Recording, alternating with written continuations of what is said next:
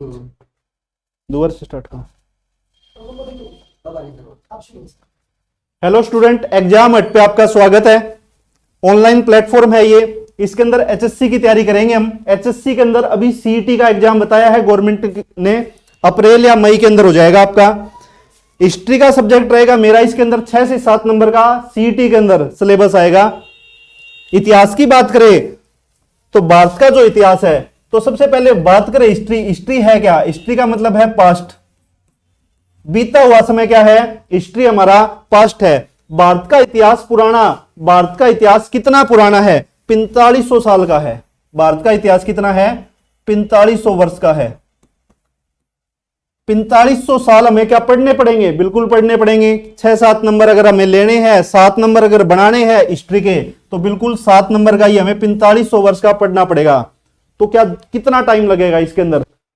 4500, लगभग 40 से 50 लेक्चर के अंदर अपना कंप्लीट हो जाएगा। कितने में? 40 से 50 के अंदर कोशिश करेंगे 30 के अंदर हो जाए, 35 में हो जाए, 40 में हो जाए, जितना जल्दी हो सकेगा। और मैक्सिमम, ताकि आपका कोई छूट ना जाए, इसके अंदर कोई चीजें रह ना जाए, कोशिश करेंगे कंप्लीट करवाने की। 4500 साल को अगर देखें तो कैसे कवर अप करेंगे? कैलेंडर स्टार्ट हुआ होगा कभी ना कभी, तो 0 से ही स्टार्ट हुआ होगा। उसके बाद पहला साल आया होगा, दूसरा, तीसरा, चौथा, और करते करते करते आज हम 2022 पर आ गए हैं। कौन सा साल आ गया है? 2022। ये जो टाइम पीरियड है, इसको हिंदी में हम ईस्वी के नाम से जानते हैं। किस नाम से जानते हैं? ईस्वी के नाम से जानते हैं।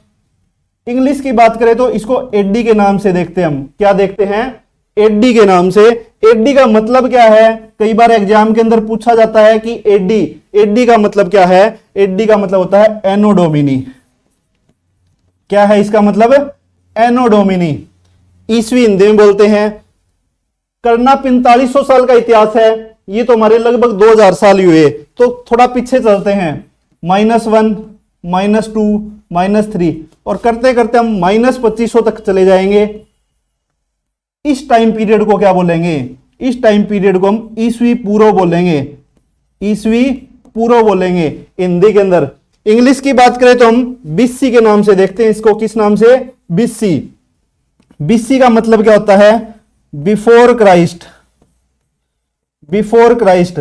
कैलेंडर बने कब थे? किसने बनाया? कैसे बनाया? अगर उसकी बात करें तो 0 का जो साल है, हम मान लेते हैं कि ईसाइयों के, जिसको भगवान बोलते हैं, ईसाइयों के जो भगवान है, जीसस है, उनका जन्म यहां पे हुआ। इस तरह का सिंबल देखने को मिलता होगा आपको। 25 दिसंबर को हम चर्च के अंदर जाते भी हैं, तो इस तरह का सिंबल होता है, जीसस का सिंबल है ये। उनका जन्म मान लेते हैं कि 0। उनके जन्म के बाद जो भी काम हुए सारे, उसको हम ईस्वी बोलेंगे, एडी बोलेंगे, एनो डोमिनी बोलेंगे। और उनके जन्म से पहले का जो इतिहास है, क्योंकि भारत का इतिहास बहुत ज्यादा पुराना है, और इस इतिहास को इस ढंग से हम करेंगे। तो ये 4500 साल का कंप्लीट इतिहास हम इस ढंग से देखेंगे। इसमें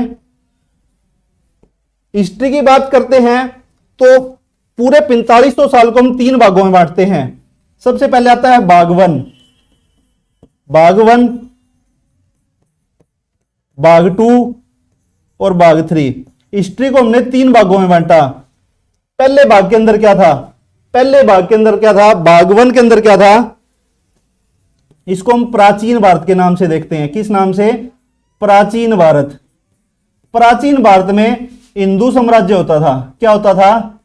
हिंदू साम्राज्य होता था। हिंदू साम्राज्य, हिंदू व्यक्ति ही राज करते थे। उसके बाद भाग 2 स्टार्ट होता है, जिसके अंदर क्या आ जाता है? मध्यकालीन भारत के नाम से देखते हैं इसको हम। किस नाम से? मध्यकालीन भारत। और यहां पे मुस्लिम साम्राज्य, मुस्लिम व्यक्तियों का राज हो जाता है स्टार्ट।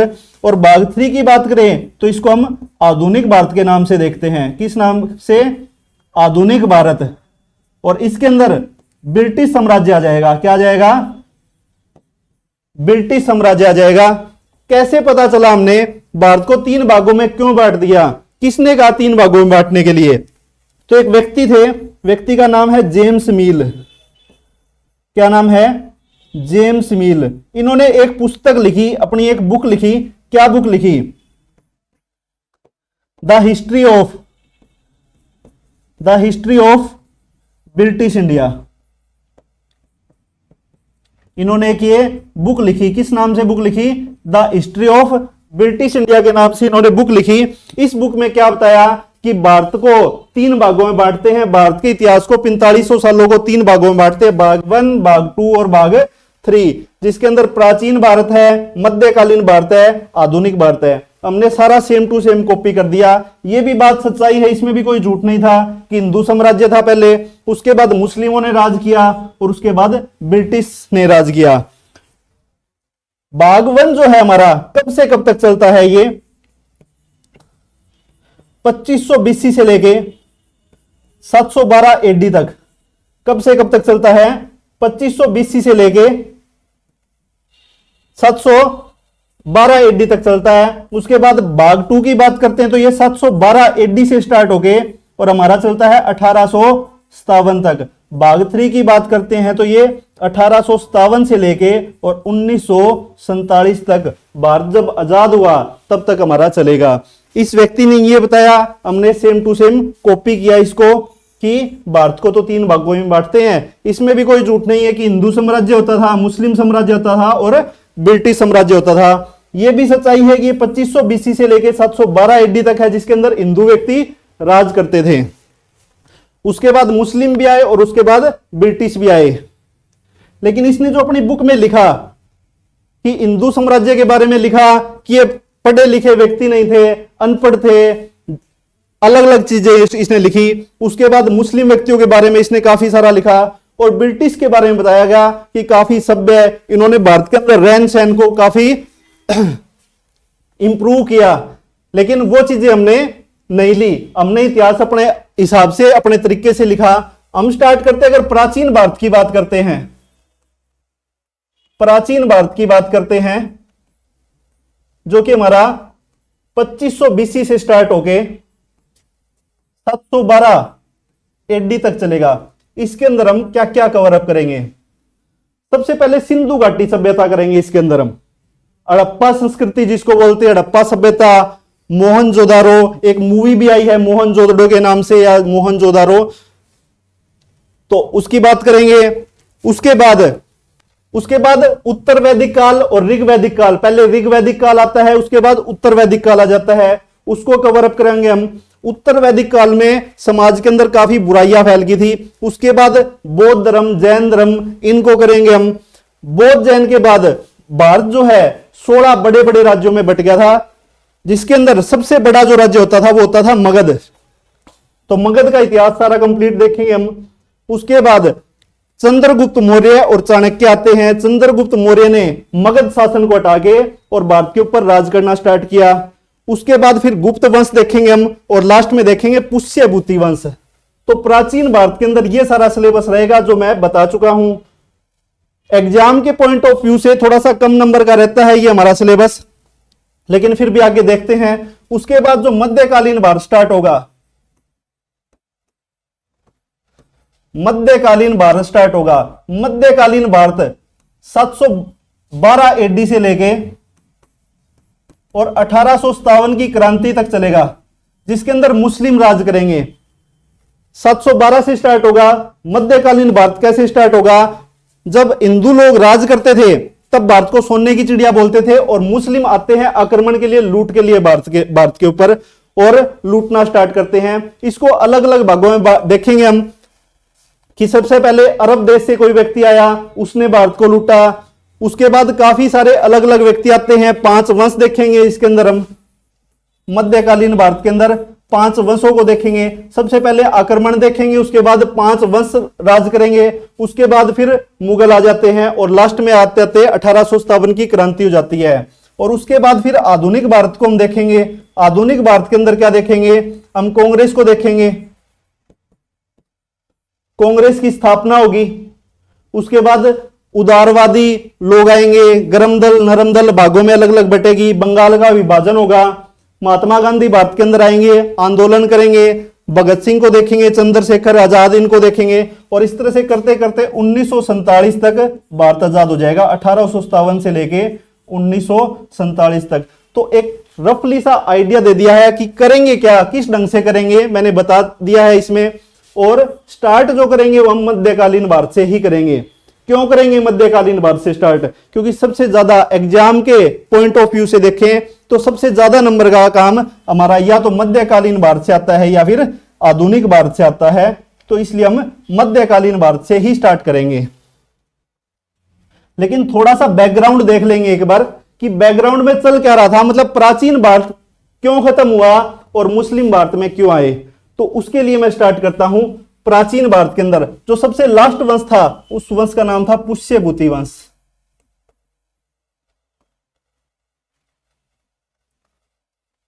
वंश का क्या नाम था? पुष्यभूति वंश।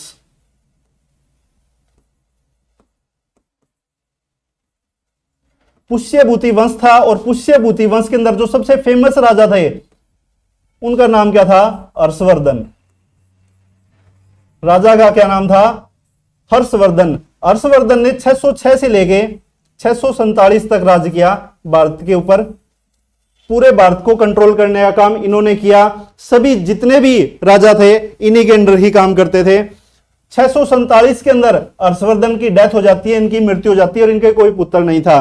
हर्षवर्धन की बात करें तो इनकी दो राजधानी थी, एक का नाम था थानेसर, दूसरी राजधानी थी इनकी कन्नौज। थानेसर और कन्नौज। थानेसर जो है वो हरियाणा में है अपना, और कन्नौज अभी एट प्रेजेंट यूपी के अंदर है। तो दो इनकी राजधानी आती थी। उस समय भारत क्या था? सोने की चिड़िया होता था। एक रफली सा मैप मैं बना देता हूं इसके अंदर।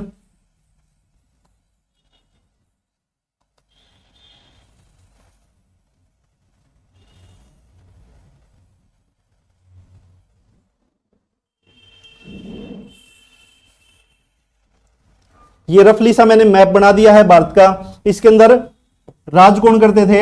हर्षवर्धन राजा राज करते थे। और भारत क्या था इस समय? सोने की चिड़िया। सोने की चिड़िया। सोने की चिड़िया थी, पूरे वर्ल्ड के अंदर फेमस था भारत सोने की चिड़िया के नाम से। अब नेचुरली सी बात है, आगे कोई राजा बचा नहीं। जितने राजा थे वो अपने छोटे छोटे ग्रुप में बट गए, छोटे छोटे राज्य हो गए, लेकिन वो वहां भी काफी सारे एक दूसरे से लड़ रहे थे। तो नेचुरली सी बात है आक्रमण होंगे भारत पे। इस भारत के ऊपर क्या होंगे? आक्रमण होंगे। और आक्रमण कहां से होंगे? आक्रमण की बात करें तो क्या यहां से आक्रमण होगा? क्या इधर से आक्रमण हो सकता है? नहीं हो सकता यहां से आक्रमण। क्यों नहीं होगा? क्योंकि यहां पे है अरब सागर। अरब सागर है। यहां से आक्रमण होगा क्या? नहीं हो सकता। क्यों नहीं हो सकता? क्योंकि यहां पे है हिंद महासागर। यहां से हो सकता है क्या? यहां से भी नहीं हो सकता। क्यों नहीं हो सकता? क्योंकि बंगाल की खाड़ी। और सबसे पहले अगर पानी का जहाज की बात करें तो कौन लेके आया था? 1498 के अंदर पानी का जहाज लेके आया था वास्को डी गामा। पहली बार भारत आया था। हम बात कर रहे हैं कब की? 647 में मृत्यु हो जाती है किसकी? हर्षवर्धन की मृत्यु हो जाती है। तो उस समय पानी के जहाज नहीं थे। क्या यहां से आक्रमण हो सकता है क्या? इधर से नहीं हो सकता, क्योंकि पानी के जहाज भी नहीं थे और हवाई जहाज भी नहीं थे। और हवाई जहाज यहां पे क्या है? हिमाचल पर्वत है। चीन भारत के ऊपर आक्रमण नहीं कर सकता। कहां से होंगे आक्रमण? आक्रमण होंगे यहां से, इस मध्य एशिया से। यहां से आक्रमण होंगे हमारे। क्यों आक्रमण होंगे? क्योंकि पैदल आने का सिर्फ एकमात्र रास्ता हमारे पास यही है, यहीं से व्यक्ति आएंगे। तो देखते हैं सबसे पहला आक्रमण कब होगा। पहला आक्रमण होता है 712 के अंदर। कब होता है? 712 के अंदर। 712 में आक्रमण होता है। आक्रमण कौन करेगा?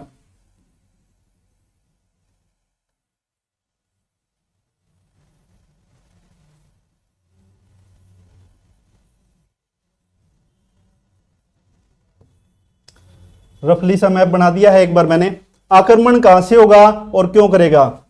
इस जगह पे एक देश है, देश का नाम है अरब। क्या नाम है? अरब देश। अरब देश के अंदर एक क्या है? खलीफा। खलीफा या फिर उसको कह सकते हैं राजा। अरब देश के राजा थे, कौन थे? मसूर अजाज। मसूर अजाज। मसूर अजाज ने अपने एक सिपाही मोहम्मद बिन कासिम को, किसको? मोहम्मद बिन कासिम को भारत में भेजा। किस लिए भेजा? लूट के लिए। लूट के लिए भेजा। मोहम्मद बिन कासिम यहां से आता है और इधर आता है, यहां आता है। इस जगह पे है क्या? यहां है पहाड़िया। कौन सी पहाड़िया? इंदकुश की पहाड़ियां, इंदकुश की पहाड़ियां, इंदकुश की पहाड़ियां एग्जाम के पॉइंट ऑफ व्यू से काफी इंपॉर्टेंट क्वेश्चन आ जाता है। आज के समय में भी एकमात्र इधर से आने का एकमात्र रास्ता क्या है, इंदकुश की पहाड़ियों से एक नेचुरल रास्ता बना हुआ है, नेचुरल रास्ता। इस रास्ते को क्या बोलते हैं, खैबर दर्रा। क्या बोलते हैं, खैबर दर्रा। मोहम्मद बिन जो कासिम है, इंदकुश की पहाड़ियों को पार करते हुए, खैबर दर्रे को पार करते हुए, और सबसे पहला राज्य आता है इधर सिंध। कौन सा राज्य आता है, सिंध। सिंध के अंदर पहुंचता है और सिंध के जो राजा थे, राजा का नाम है दाहिर। हिंदू राजा थे ये, दाहिर के पास आता है। किसमें आता है, सिंध राज्य के अंदर आता है। और सिंध के अंदर राजा कौन है, राजा दाहिर है। मोहम्मद बिन कासिम का और राजा दाहिर का युद्ध होता है और कौन जीतता है इसके अंदर, मोहम्मद बिन कासिम जीत जाता है और राजा दाहिर हार जाते हैं ये युद्ध। राजा दाहिर ये युद्ध हार जाते हैं और भारत के ऊपर एक कर लगा दिया जाता है, कर लगा दिया जाता है, कर टैक्स लगा दिया जाता है। क्या नाम था कर का, जजिया कर था, जजिया कर। भारत के ऊपर टैक्स लगा दिया गया। कौन सा टैक्स, जजिया कर। ये जजिया कर किससे लेते थे, ये गैर मुस्लिमों से लेते थे। गैर मुस्लिम कौन, जो मुस्लिम नहीं है, बाकी जितने भी धर्म के लोग यहां पे रहते थे उनसे टैक्स लिया जाता था। टैक्स का नाम क्या है, जजिया कर। अभी कर क्या रहे हम, मध्यकालीन भारत स्टार्ट कर रहे हैं। मैंने प्राचीन भारत से आपको स्टार्ट कराया और मध्यकालीन भारत में हम एंटर कर चुके हैं। करवाया क्या, इसके एग्जाम पॉइंट ऑफ व्यू से अगर क्वेश्चनों की बात करें तो किस तरह के क्वेश्चन आ सकते हैं। क्वेश्चनों की बात करें तो क्वेश्चन आ सकता है कि आखिरी हिंदू राजा भारत का, आखिरी हिंदू राजा प्राचीन भारत के अंदर कौन था, राजा हर्षवर्धन। नाम क्या आएगा, राजा हर्षवर्धन। पहला मुस्लिम आक्रमण कब हुआ, पहला मुस्लिम आक्रमण कब हुआ, 712 के अंदर। कब हुआ, 712 के अंदर। किस देश से आक्रमण हुआ, अरब देश से हुआ। कौन सा देश है, अरब देश। अरब देश के अंदर कौन राजा था, वहां का खलीफा कौन था, मसूर अजाज। खलीफा को हम क्या बोलते हैं, राजा भी बोल देते हैं। खलीफा क्या होता है, राजा होता है। राजा कौन था, मसूर अजाज था। मसूर अजाज क्या खुद आया था क्या, नहीं, मसूर अजाज खुद नहीं आया था। उन्होंने अपने एक सिपाही मोहम्मद बिन कासिम को भारत में भेजा। मोहम्मद बिन कासिम भारत में कब आया, मैं बता चुका हूं, 712 के अंदर आया। कहां से आया, अरब देश से आया। कौन से रास्ते से आया, खैबर दर्रे से आया। कौन सी पहाड़ियों को पार करते हुए आया, इंदकुश की पहाड़ियों को पार करते हुए आया। क्वेश्चन इसी ढंग से निकलेंगे। किस राज्य के अंदर आया, सिंध के अंदर आया।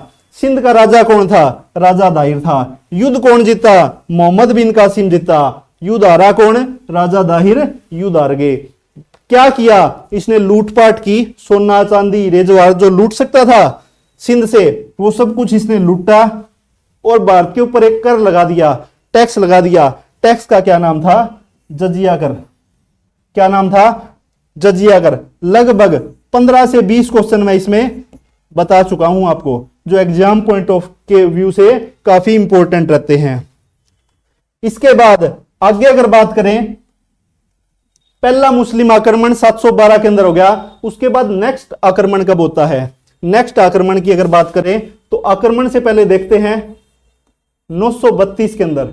932 में एक व्यक्ति है, नाम है अल्तगीन। क्या नाम है, अल्तगीन। अल्तगीन किस देश का था, तुर्की देश। तुर्की देश से अपने साथ 17,000 मुसलमानों को लेकर आया। कितने मुसलमानों को, 17,000 मुसलमानों को लेकर आया भारत में। और क्या किया इसने, इसने भारत के पास आके एक शहर बसा दिया। शहर का क्या नाम था, इसने क्या किया, एक शहर बसाया। शहर का क्या नाम था, गजनी। आज के समय में अफगानिस्तान के अंदर है। शहर का नाम क्या है, गजनी शहर बसाया। और उसके बाद अल्तगीन के बाद इसका दामाद गद्दी के ऊपर बैठता है। इसने कोई आक्रमण नहीं किया था, बस तुर्की देश से आया अल्तगीन और इसने भारत के पास आके अफगानिस्तान के अंदर एक शहर बसाया, वहां का ये राजा बन गया। इसके बाद इसका दामाद राजा बनता है। दामाद का क्या नाम था, सुबुक्तगीन। क्या नाम था, सुबुक्तगीन। सुबुक्तगीन आक्रमण करेगा। क्या करेगा, सुबुक्तगीन आक्रमण करेगा। आक्रमण कब करेगा, आक्रमण करेगा सुबुक्तगीन, और किस जगह पे आक्रमण करेगा? 986 के अंदर आक्रमण करेगा। कब करेगा?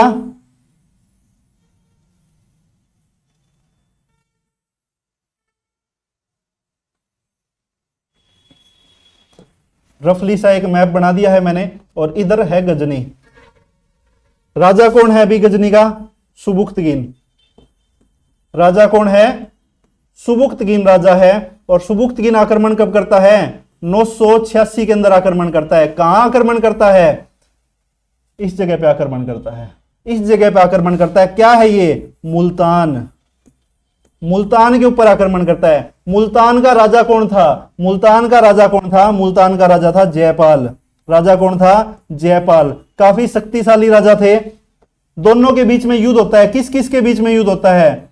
सुबुक्तगीन और जयपाल के बीच में युद्ध होता है। कब युद्ध होता है? 986 के अंदर ये युद्ध होता है। इस युद्ध के अंदर जयपाल जीत जाते हैं और सुबुक्तगीन हार जाता है। ये युद्ध कौन हारता है? सुबुक्तगीन हार जाता है। काफी बुरी तरीके से हार होती है, और ये सुबुक्तगीन जो है मुल्तान से वापस आ जाता है। कहां पे? गजनी में वापस पहुंच जाता है। उसके बाद सुबुक्तगीन के बाद इसका बेटा गद्दी पे बैठता है। कौन बैठता है? इसका बेटा।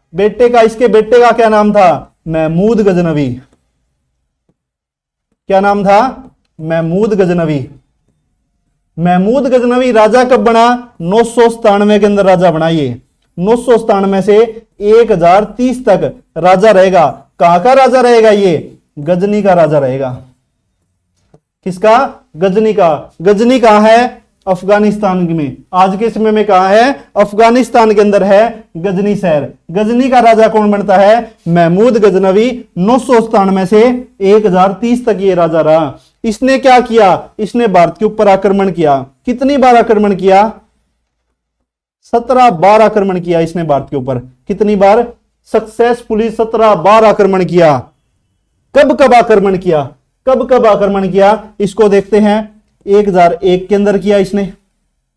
उसके बाद 1008 के अंदर किया। 2 आक्रमण पहले देख लेते हैं। 1001 में इसने कहां पे आक्रमण किया? मुल्तान में आक्रमण किया जी। कहां पे आक्रमण किया? मुल्तान के अंदर आक्रमण किया। मुल्तान का राजा कौन था? जयपाल था। मुल्तान का राजा कौन था? जयपाल था। जयपाल का इससे पहले भी युद्ध हुआ था। किसके साथ हुआ था? सुबुक्तगीन से। मतलब इसके पिता के साथ युद्ध हुआ था। उस समय जयपाल जीत गया था। लेकिन इस बार किसके साथ युद्ध हो रहा है? महमूद गजनवी के साथ युद्ध हो रहा है। इन दोनों का युद्ध हो जाता है, महमूद गजनवी का और जयपाल का। इस युद्ध के अंदर राजा जयपाल हार जाते हैं और महमूद गजनवी जीत जाता है। कब युद्ध हुआ? ये 1001 के अंदर युद्ध होता है। इसको वे हिंद की लड़ाई भी बोलते हैं। क्या बोलते हैं? वे हिंद की लड़ाई। पूछ सकते हैं एग्जाम के अंदर कि इस लड़ाई का नाम, इस युद्ध का नाम क्या था? वे हिंद की लड़ाई थी। उसके बाद जयपाल जो है इस युद्ध से काफी परेशान हो जाता है, अपने आप को काफी लज्जित महसूस करता है और यह आत्महत्या कर लेता है। क्या कर लेता है? आत्महत्या। किस राजा ने आत्महत्या की? राजा जयपाल ने आत्महत्या कर ली थी। उसके बाद 1008 के अंदर अगला ही आक्रमण कर देता है। अगला आक्रमण फिर से कहां कर देता है? सेम जगह पे, मुल्तान के ऊपर ही आक्रमण कर देता है। इस समय मुल्तान का राजा कौन था? आनंदपाल था। कौन था? आनंदपाल राजा था। आनंदपाल कौन था? इसी जयपाल का बेटा था। आनंदपाल कौन है? जयपाल का बेटा है। जयपाल का बेटे का क्या नाम है? आनंदपाल। 1008 में युद्ध किसके साथ होता है? महमूद के साथ, महमूद गजनवी के साथ युद्ध होता है। लड़ाई का क्या नाम था? सेम है, वे हिंद की दूसरी लड़ाई है।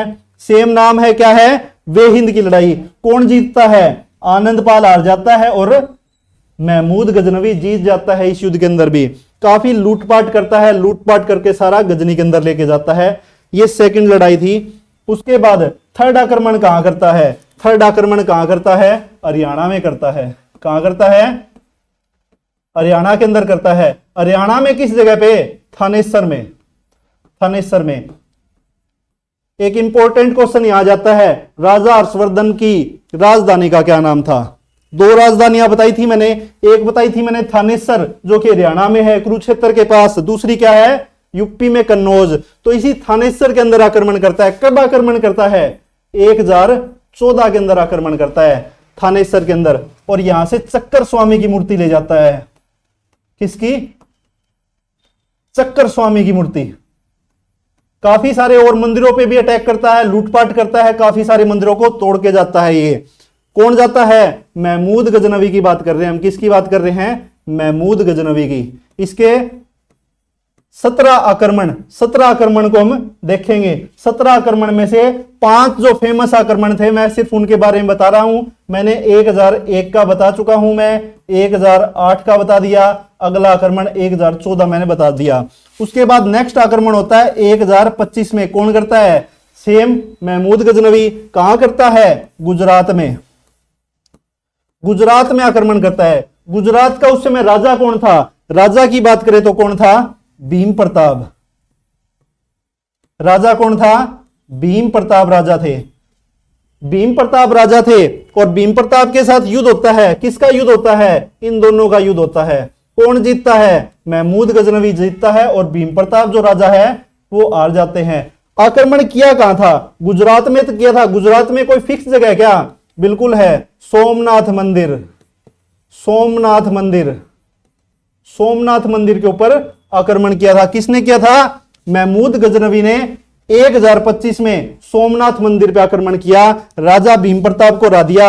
10,000 लोगों की हत्या कर दी। इसमें 10,000 की हत्या कर दी। किसने कर दी? महमूद गजनवी ने 10,000 लोगों की हत्या कर दी, और सोमनाथ मंदिर को लूट लिया। सोमनाथ मंदिर से क्या लूटा इसने? 20,000 सोने की दिनार। क्या लूटा? 20,000 सोने की दिनार। तो इतना सोना था, ये सारा तो लेके ही नहीं जा पाया। 20,000 सोने की दिनार लूटी। लगभग 300 ऊंटों के ऊपर लेके गया। कितने ऊंटों पर? लगभग 300 ऊंटों के ऊपर लेके गया। ऊंट कम पड़ गए, लेकिन सोना बहुत था। फिर भी लेके जा रहा था वापस गजनी लेके जा रहा था। रास्ते में क्या हुआ? रास्ते में इसको मिल गए खोखर जाट। क्या मिल गए? खोखर जाट मिल गए इसको, और खोखर जाटों ने लूट लिया। किसको लूट लिया? महमूद गजनवी को लूट लिया। किसने लूट लिया? खोखर जाटों ने लूट लिया। किसको लूट लिया? महमूद गजनवी को लूट लिया। इन्होंने खाली हाथ जाना पड़ा। महमूद गजनवी को खाली हाथ जाना पड़ा। काफी सारा सोना चांदी हीरे जवाहरात लूट रखे थे सोमनाथ मंदिर से, लेकिन खाली हाथ पहुंचा। कहां पे पहुंचा? गजनी के अंदर पहुंच गया, और वापिस आया। वापिस कब आया? 1027 के अंदर। 1027 के अंदर वापस आता है। कहां पे आता है? खोखर जाटों के पास। खोखर जाटों के पास वापिस आता है, और 50,000 की हत्या कर दी। 50,000 की हत्या कर दी। एग्जाम पॉइंट ऑफ के व्यू से काफी इंपॉर्टेंट आ जाता है। कितने व्यक्तियों की हत्या कर दी? 50,000 खोखर जाटों की हत्या कर दी। और जो सोना चांदी हीरे जवाहरात खोखर जाटों ने लूटे थे महमूद गजनवी से, इनसे लूटता है और वापिस चला जाता है गजनी। उसके बाद मृत्यु हो जाती है महमूद गजनवी की। मृत्यु हो जाती है महमूद गजनवी की। कैसे हो जाती है मृत्यु? महमूद गजनवी बीमार हो गया था, इसको मलेरिया हो गया। क्या हो गया? मलेरिया हो गया था। मलेरिया के कारण महमूद गजनवी की क्या हो जाती है? मृत्यु हो जाती है। कब मृत्यु हो जाती है इसकी? 1030 के अंदर मृत्यु हो जाती है। कब मृत्यु हो जाती है? 1030 के अंदर महमूद गजनवी की मृत्यु हो जाती है। उसके बाद अगला राजा कौन बनता है? इंपॉर्टेंट नहीं हमारे एग्जाम के पॉइंट ऑफ व्यू से। हम ये देखेंगे कि गजनी का हमें कोई मतलब नहीं है, भारत के ऊपर कौन आक्रमण करता है या भारत के अंदर क्या चल रहा था। नेक्स्ट आक्रमण जो होगा वो होगा 143 साल बाद। 143 साल बाद नेक्स्ट आक्रमण होगा। कौन करेगा यह आक्रमण? कौन करेगा? मोहम्मद गोरी करेगा। कौन करेगा? मोहम्मद गोरी। मोहम्मद गोरी आक्रमण करेगा भारत के ऊपर। मोहम्मद गोरी 143 साल बाद की बात करें तो 1030 से 143 साल बाद, मतलब 1143 की बात कर रहे हैं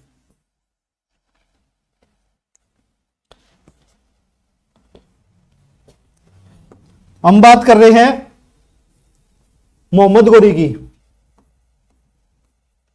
मोहम्मद गोरी मोहम्मद गोरी जो है गजनी का राजा बनता है। कब बनता है? 143 साल बाद की बात करें तो 1173 के अंदर, 1173 से 1206 तक, 1173 से 1206 तक गजनी का राजा कौन रहा? मोहम्मद गोरी रहा। मोहम्मद गोरी भारत के ऊपर आक्रमण करेगा।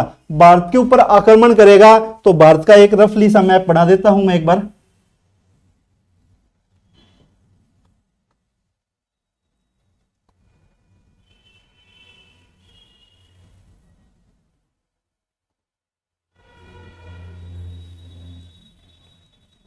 ये रफली सा मैंने मैप बना दिया है। आज का पाकिस्तान भारत का हिस्सा था। इस जगह पे मैंने बताया ये क्या है? गजनी है।